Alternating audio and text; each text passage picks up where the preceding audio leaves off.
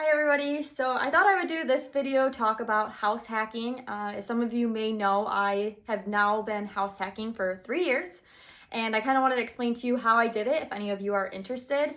What house hacking means is I purchased a multi-unit. My building is actually 2 units, so I live in 1 unit and I rent out the other unit. So for the last 3 years, I've had my mortgage covered by my tenants, which has allowed me to save a lot of money, and I ended up paying off not only my student loan but my car. So besides the asset that I own, which I qualify as good debt because I have my tenant helping me pay for my mortgage, I'm debt free. So in 3 years it's helped me tremendously. So I wanted to provide you with the information of how I did it, because maybe you guys can benefit from it and maybe you guys are interested. So first, how did this exactly start? I was actually out to eat. I believe it was like Mother's Day with my family, and I was kind of talking about, I'm about to enter the real world. I need to learn how to do it. And my Uncle John actually advised me to pick up the book, Rich Dad, Poor Dad. And I did. And after reading it, I was like, all right, definitely want to figure out how to make money work for me, and I'm interested in real estate. So I ended up getting hired into my job in Illinois. So I moved out there. I knew nobody and I knew I wanted to get interested, or I wanted to learn more about real estate. So I listened to a lot of Bigger Pockets. That's a great avenue as far as articles, podcasts. I used to listen to the podcast like every day until I finally learned enough where it's still a good tool, but I was learning on my own.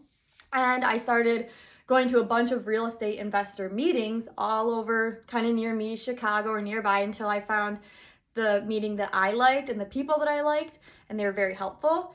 And that's actually where I ended up meeting my now partner and managing broker, Chris Davis. He is a realtor in the area and an investor, and I told him kind of what I wanted to do, and I felt confident going to him to search for a home because he not only is a realtor, but he's an investor in the area. He has, I believe, like 30 buildings and about 55 units. So not only was he able to help me find and purchase my unit, he helped me run the numbers. And then once I purchased it, he helped me explain to me how he found tenants, what contracts he used, and if anything went wrong, he offered help by his guys because he also does flips as well. So I felt comfortable, even though I didn't know anyone in the state. I had him, and he was a great resource and also just a great mentor throughout the process. And I owe a lot of my success to him. So shout out to Chris Davis. If you're in Illinois and looking for a realtor ever, he's great. I mean, me too, but he's great. And so I purchased my house. It's been 3 years now, and I purchased it. So when you're purchasing a home that you are going to occupy as an owner occupant, 4 units and below, you can use any type of loan as long as that property qualifies for it. So you can use FHA 3.5% down, or conventional 3% down, 5% down, 10% down, 15% down, or 20% down. Once you get to 5 units and above, it's considered a commercial loan, and usually I think it's 25% down. It might be 20% down, but I'm pretty sure it's 25, unless you have an amazing relationship with your bank and they're willing to take a riskier loan and give you a smaller percent down. But for the most part, even Chris, who has plenty of buildings, it's 25% down. So just keep that in mind. If you occupy the property, you have more flexibility with your down payment versus if you're just looking at it solely for an investment property or it's above 5 units and above. And what I did is I did a 3% conventional loan, and I also, you guys know I'm not for government-backed loans or them providing assistance with, purchasing your house or giving you a loan, but if it is available for you and you can still financially afford it, take advantage of it. I had an IDA program, which is an Illinois first-time homebuyer down payment assistance program. So I ended up getting, I believe there was 2 programs going on at the time. One was like $6,000 and one was $3,000. So I ended up getting $9,000 from the state to help for my down payment. Regardless, I could afford the property, but that helped. So I took advantage of what was offered to me because I pay a lot in taxes, all right? So that's how I purchased it, 3% down. I have a 2-unit property. I live in 1 unit, and then I rent out the lower unit. Obviously what rents go for depending on your area and your situation and the condition of your property. I had to do some updates to I took like the shittier unit because I was like, all right, I can do some more work myself, and it's the 1 bedroom, and my lower unit's a 2 bedroom. I can get more money for it. So for the past 3 years, I have been living essentially rent-free. What happened was I was paying $1,100 in rent in my old apartment plus some utilities, to now I have my rent covered by my tenant, but of course I still have utilities. If you have a tenant, I know Chris, for some of his properties, he has their lease and their monthly rent, and then they also pay utilities. Some utilities will be split, like my electric is split between the 2 units, so that's solely in their name, but water and gas is under one as far as the property goes. So I took it upon myself to make the decision that I included utilities in the rent. I just upped the rent because I didn't want to have to ask for 2 payments a month. Some people aren't that responsible, and it was just kind of annoying. Like, I just don't want to have to interact with my tenants as much. I don't want to keep asking them for money, essentially. So what I did is I kind of accumulated estimated what my monthly bills would be, and I just put that into the rent. So that's how I went about purchasing my property, as well as finding tenants. So I make strict guidelines, and I try and stay strict to them. You have to treat everyone the same. Equal housing or equal protection under Equal Housing Act, whatever it is. So what I do, and I'm just going to give you guys don't have to do it this way. Some of my requirements are the household income for anyone 18 and older has to be making at least 3 times the rent, and that's gross, so before taxes, because you want to make sure that they can not only afford the rent, but they have to live too. So like their bills and anything else that they want, spending money. So I do 3 times the rent. I do no prior evictions, no felonies, and a decent credit score. I think I did like 560. Some people, they don't have that good of credit. I have some clients that are like 600, that's it. So it really depends what you're comfortable with. You just want to make sure that they afford it. I always meet them, of course, because I want to make sure that, I don't know, you just have that relationship from the get-go. I have them have a deposit that's equal to 1 month's rent, that at the time of lease signing, they have to have both the first month's rent and the deposit in order to get the keys.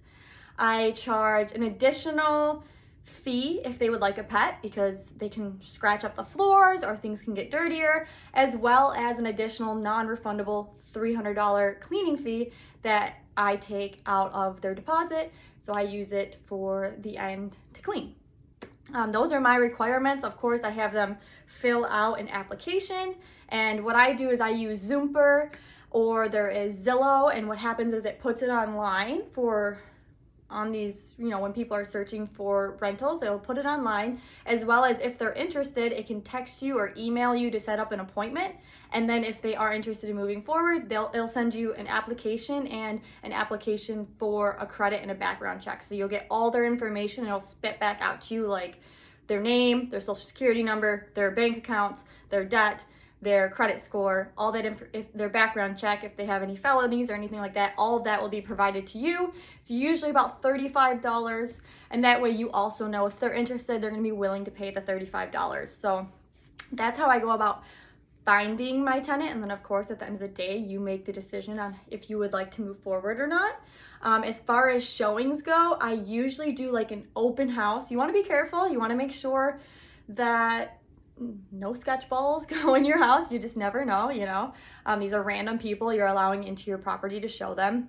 So I usually do like an open house, let's say on Saturday from 12 to 2. That's when I'll tell everyone to come, because I've learned quickly that renters are not the most reliable people. So a lot of them will say that they're going to be there and they don't show up. So if you have an open house, then you can at least hopefully assume 1 or 2 people will come and you don't waste your time. Thankfully, if you live in the property, it's not that much of a waste of time because it's next door or downstairs. So that's how I go about finding the tenants and finding the loans. And when you're looking for properties, of course, you have your pre-approval with what you can afford via the bank approval, but you want to make sure your numbers work and you're making a return on your investment. I tell everyone that are searching, it really doesn't matter the market that you're looking for, if it's an up or a down market as far as the housing market goes, but your numbers have to work. If your numbers work, then your numbers work. And so I'll kind of show you at the end how to break down your numbers, I'll use hypothetical numbers. So let's say, for instance, you're like purchasing for $250,000. You want to take that, and your down payment is like 5%. So you're going to take that number plus your closing costs, which you can estimate about $4,000, plus your rehab in case something happens or you have to put some money in it. So let's say like $7,000. And then you're going to want to take what your monthly bill would be, and that's going to be your cost. So you want to do your down payment, your closing cost, your savings, and then your monthly payment, and you're going to want to times your monthly payment by 12. Accumulate all that. That's going to be your cost.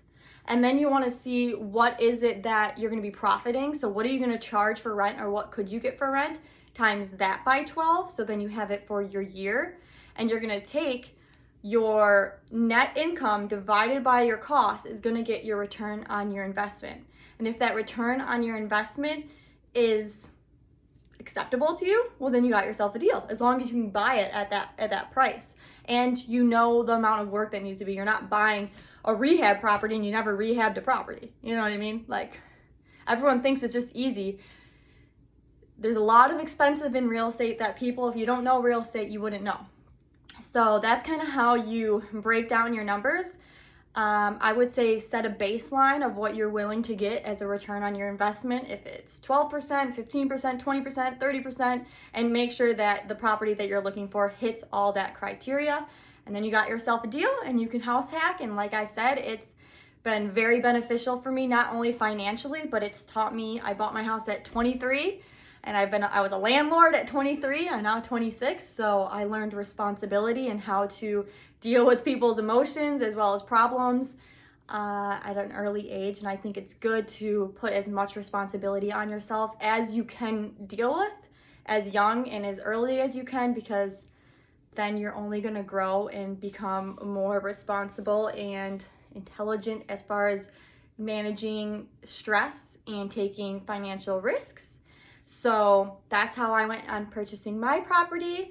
I plan on selling it this August, and I'll be purchasing a property in Florida because I'm speaking it into existence. I'm going to live in Florida by the end of this year.